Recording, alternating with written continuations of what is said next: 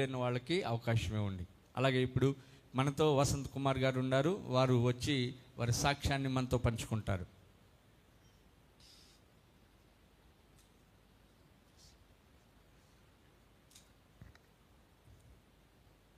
దేవుని నామానికి మహిమ కలుగునుగాక. ఈ ఉదయకాల సమయంలో నాకు ఇటు అవకాశాన్ని ఇచ్చిన పరిశుద్ధరాజు అయ్య గారికి, ఫిలిప్ అన్న గారికి నా హృదయపూర్వక శుభాభివందనాలు తెలియజేస్తున్నాను. అలాగనే వేదిక మీద ఉన్న దైవ సేవకులందరికీ నా నిండు శుభాభివందనాలు. చేరువచ్చిన మీకందరికీ కూడా ప్రభువైన యేసుక్రీస్తు నామంలో శుభాభివందనాలు తెలియజేస్తున్నాను.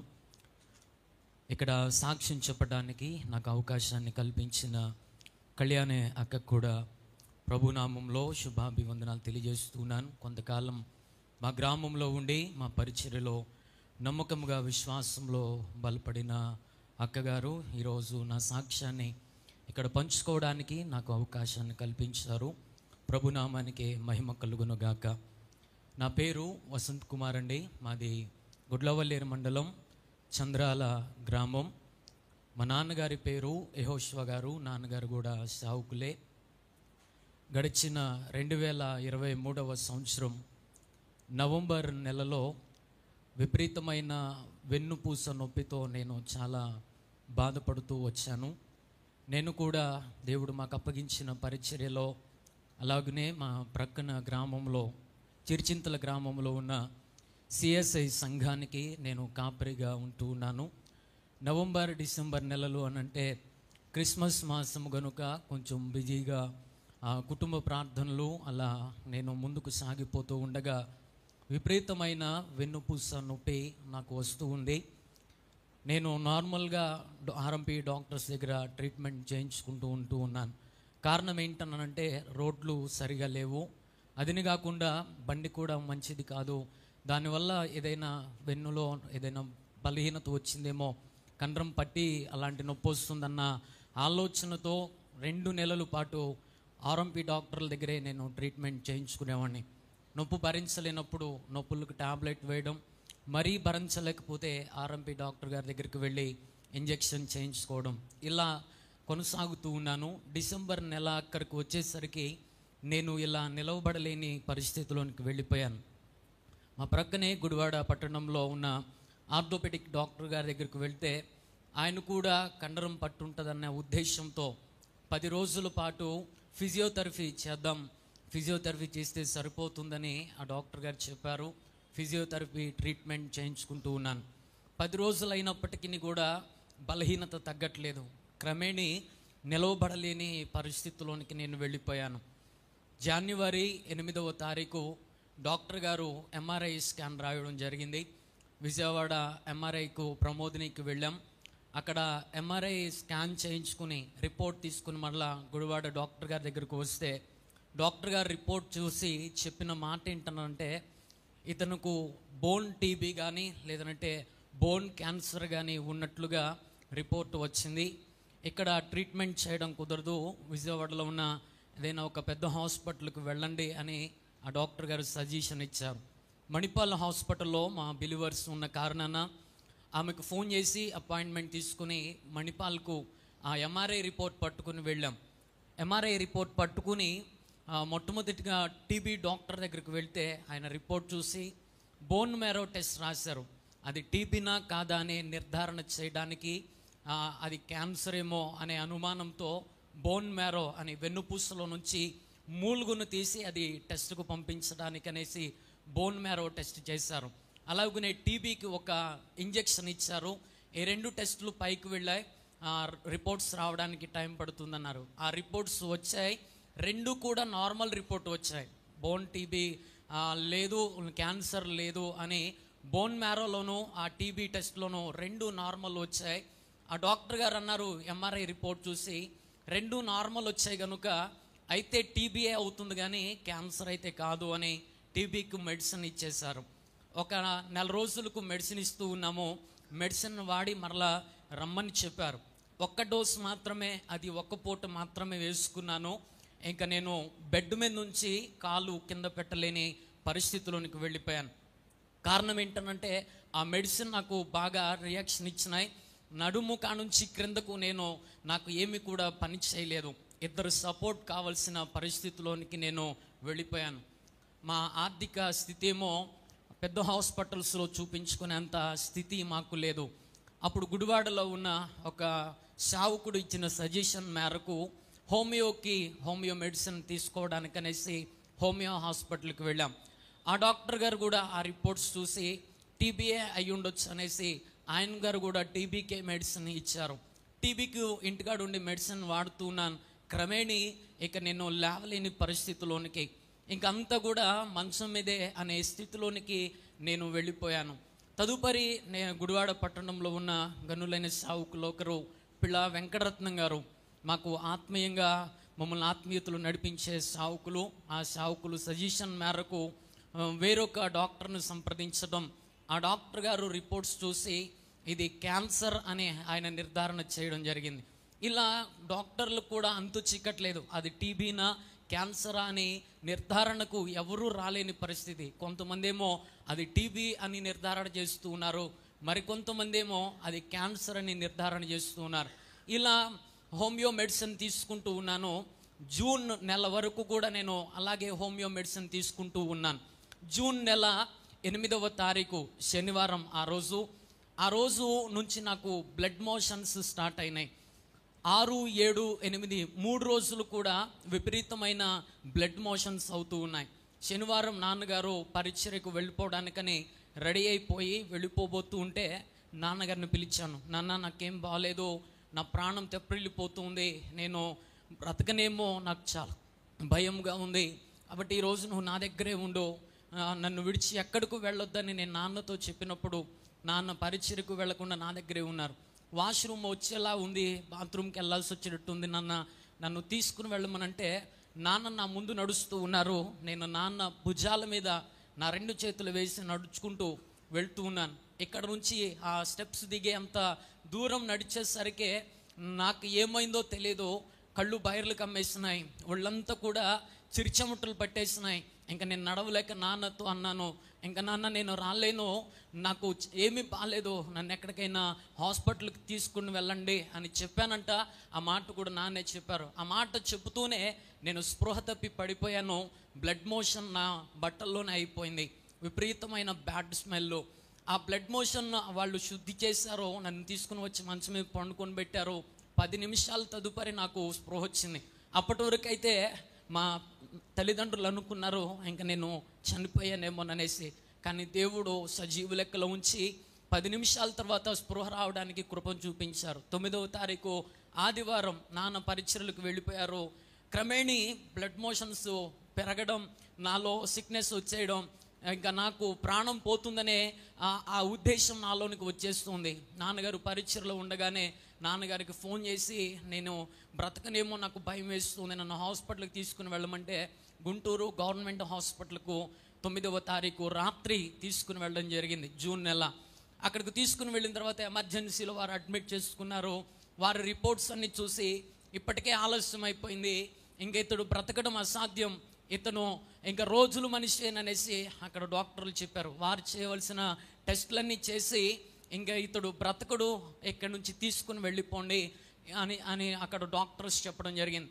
నన్ను అక్కడే హాస్పిటల్లో పెట్టి మా నాన్నగారు, అన్నయ్య గుడివాడలో, విజయవాడలోను, అలాగనే గుంటూరు ఆ పరిసర ప్రాంతాల్లో ఉన్న పేరు ప్రఖ్యాతులు కలిగిన హాస్పిటల్స్ అన్నిటికీ నా రిపోర్ట్స్ తీసుకుని వెళ్తూ ఉన్నారు. గుంటూరులో బొమ్మిడాల క్యాన్సర్ హాస్పిటల్కు, అలాగనే మణిపాల్ హాస్పిటల్కు, ఎన్ఆర్ఐ హాస్పిటల్కు, గోపీచంద్ హాస్పిటల్కు, ఇలా ప్రఖ్యాతగాంచిన ఆంకాలజీ హాస్పిటల్స్ అన్నిటికీ కూడా నా రిపోర్ట్స్ తీసుకుని వెళ్తూ ఉంటే, వెళ్ళిన ప్రతి చోట కూడా డాక్టర్స్ చెప్పిన మాట ఏంటంటే ఇతడు రోజులు మనిషే, ఇక్కడకు తీసుకుని వచ్చిన ఉపయోగం ఏమీ లేదు, బ్రతకడు, మా దగ్గరకు తీసుకుని రావద్దు, ఎక్కడికి తీసుకుని వెళ్ళినా మా దగ్గరకు తీసుకుని రావద్దు అని చెప్తూ ఉన్నారనంట. నిరాశ్రయ స్థితిలో నాన్నగారు దేవుని మీద ఆధారపడి గవర్నమెంట్ హాస్పిటల్లో ఒక డాక్టర్ గారి సజెషన్ మేరకు కానూరులో ఉన్న నాగార్జున హాస్పిటల్ డాక్టర్ గారి దగ్గరకు వెళ్ళారు. నాగార్జున హాస్పిటల్లో ఉన్న డాక్టర్ గారు కూడా రిపోర్ట్స్ చూసి చెప్పిన మాట ఏంటనంటే ఇతడు నిజంగానే రోజులు మనిషి అండి, ఇంక ఇతడు బ్రతికే అవకాశం లేదు, అయినా మీరు ప్రయత్నం చేయమంటే నేను నా వంతు ప్రయత్నం చేస్తాను అని ఆ డాక్టర్ గారు చెప్పినప్పుడు గవర్నమెంట్ హాస్పిటల్ నుంచి నాగార్జున హాస్పిటల్కు నన్ను తీసుకుని వచ్చారు. బయాప్సీ టెస్ట్ కోసమని ప్రకటెముకల నుంచి చిన్న ఎముకను తీసి అది టెస్ట్కు పంపించారు.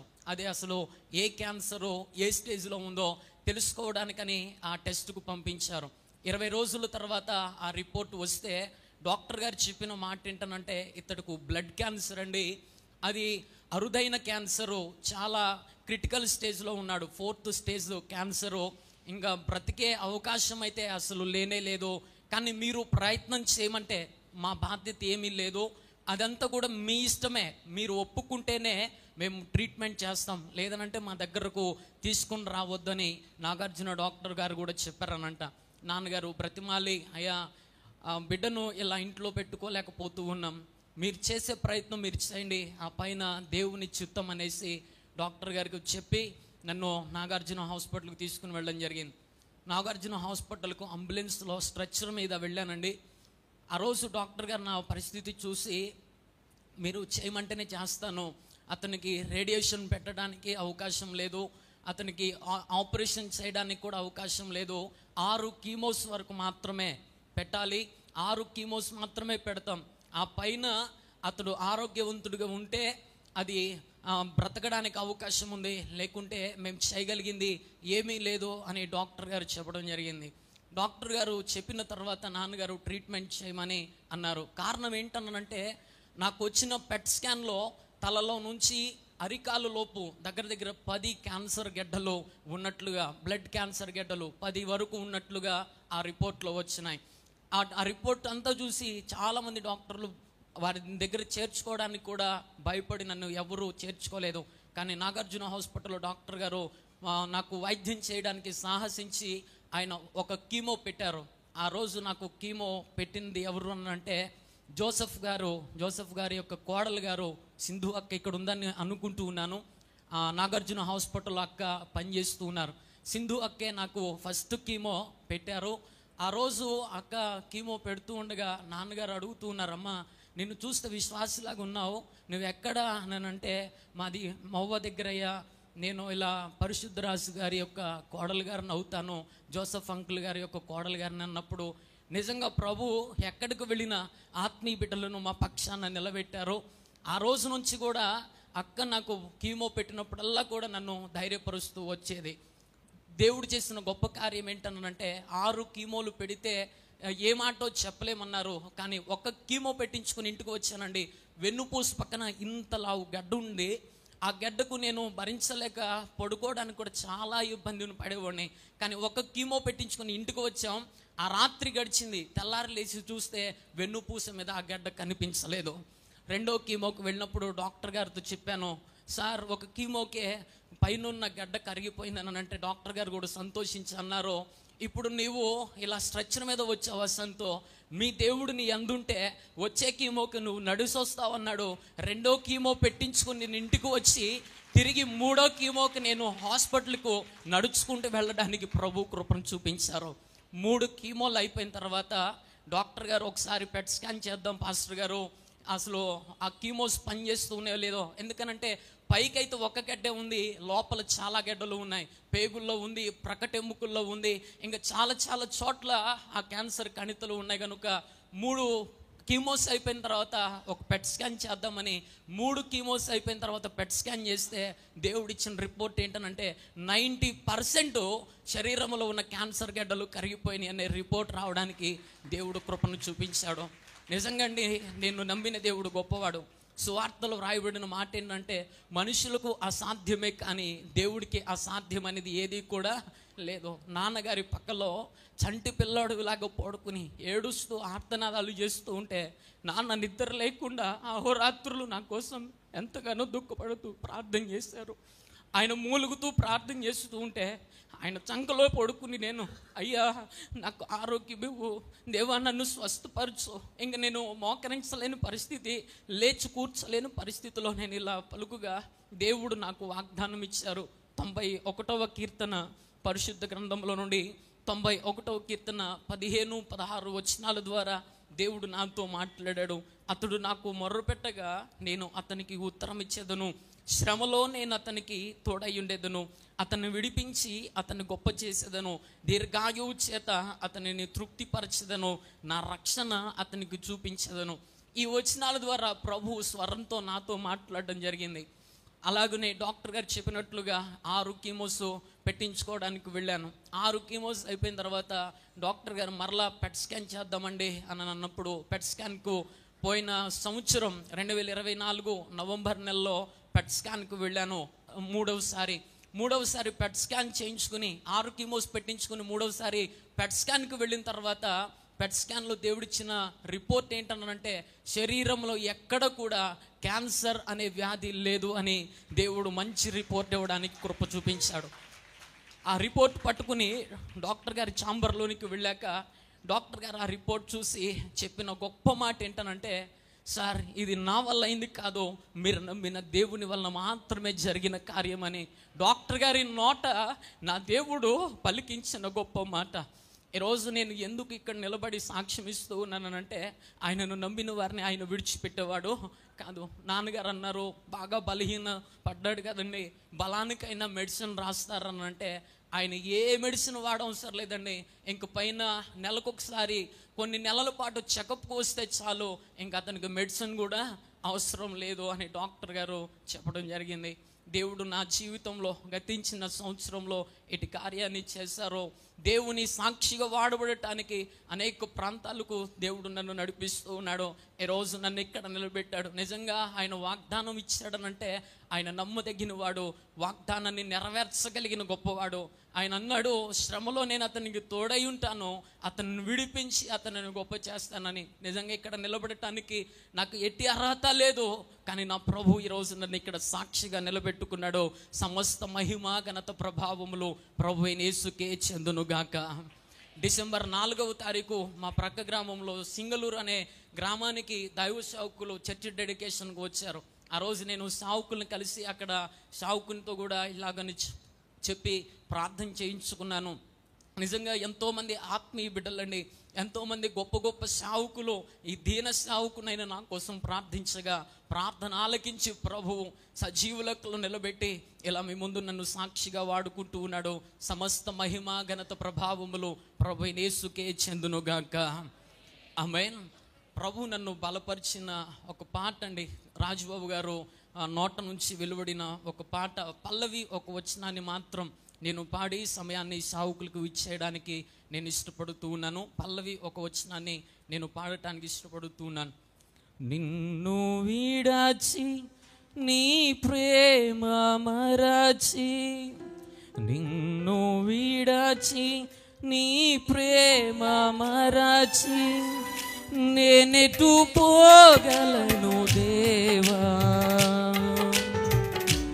ఎవరు నీ ప్రేమ నాకిలా చూపగలరు, ఎవరు నీ ప్రేమ నాకిలా చూపగలరు, నా దేవా నా దేవా నా దేవా నా దేవా, నిన్ను విడచి. అందరం చప్పలు కొడుతూ దేవుని నామమును పరచుదాం.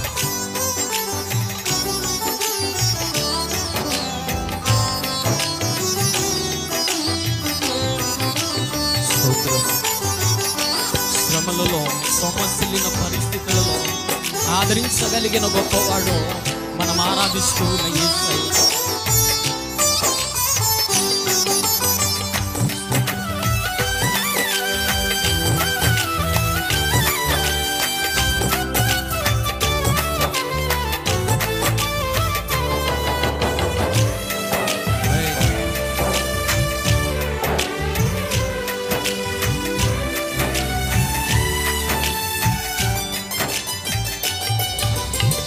శ్రమల పాలైతి సొమ్మసిల్లితి, సిలువకు నే చేరితి,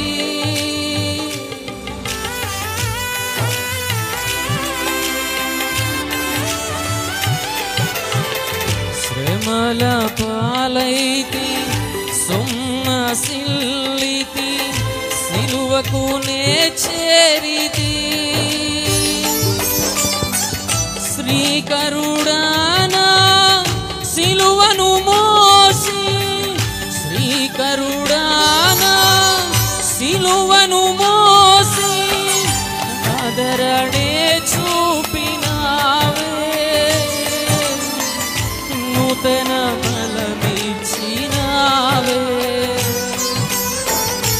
ఆదరణే చూపినావే నూతన బలమిచ్చినావే యేసయ్యా యేసయ్యా యేసయ్యా యేసయ్యా యేసయ్యా యేసయ్యా యేసయ్యా యేసయ్యా యేసయ్యా యేసయ్యా నేనెటు పోగలను దేవా ఎవరు నీ ప్రేమ నాకిలా చూపగలరు ఎవరు నీ ప్రేమ నాకిలా చూపగలరు నా దేవా నా దేవా నా దేవా నా దేవా నిన్ను విడచి